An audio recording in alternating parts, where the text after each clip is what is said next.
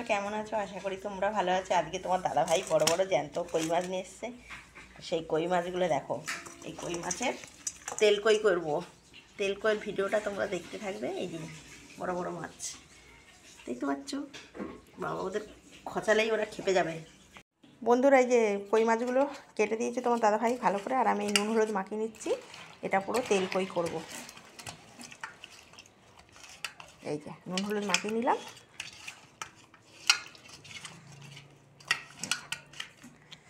পুরো তেল কই। বন্ধুরা, এই যে তেল তেতে গেছে, এবার মাছগুলো দিয়ে দেবো, তেল কই হবে। এই দেখো, এই যে সব বড় বড় কই মাছ, সব ভালো করে ভেজে নেবো। তেল কই হবে, হালকা করে ভাজবো।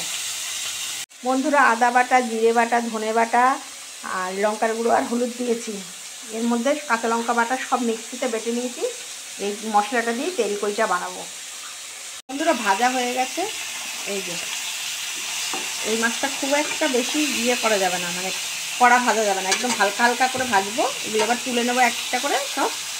তেলের মধ্যে এবার মশলাটা দিয়ে দিচ্ছি। এই যে এবার এটা খুব ভালো করে কষাবো মশলাটাকে।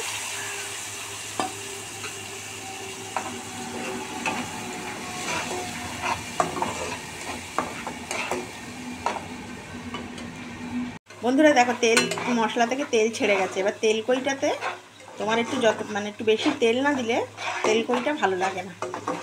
এই দেখো মশলা আবার কষে গেছে, এবারে জল দিয়ে দেবো, দিয়ে মাছগুলো দিয়ে দেবো। সুন্দরভাবে মশলাটা কষে গেছে, বাটি ধোয়া জল দিয়ে দিচ্ছি। আর খুব বেশি এটা হবে না, মানে তোমার এই যে মাছগুলো এবার দিয়ে দিচ্ছি, মানে খুব বেশি মানে ঝোল দেবো না, মাখা মাখা হবে, গা মাখা।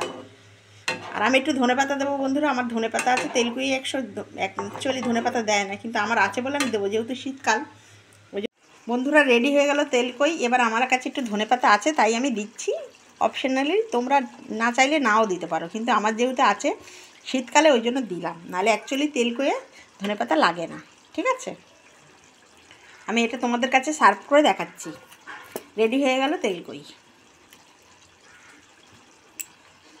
হয়ে গেল হচ্ছে তেলকুই। এইভাবে বানিয়ে খাবে। তোমাদের কাছে পুরো সার্ভ করলাম। লাইক করো, সাবস্ক্রাইব করো আর শেয়ার করো। আর পঞ্চব্যঞ্জনে তোমরা বেশি বেশি করে সাপোর্ট করো, আর পঞ্চব্যঞ্জনটা তোমরা দেখো, ফলো করো। আর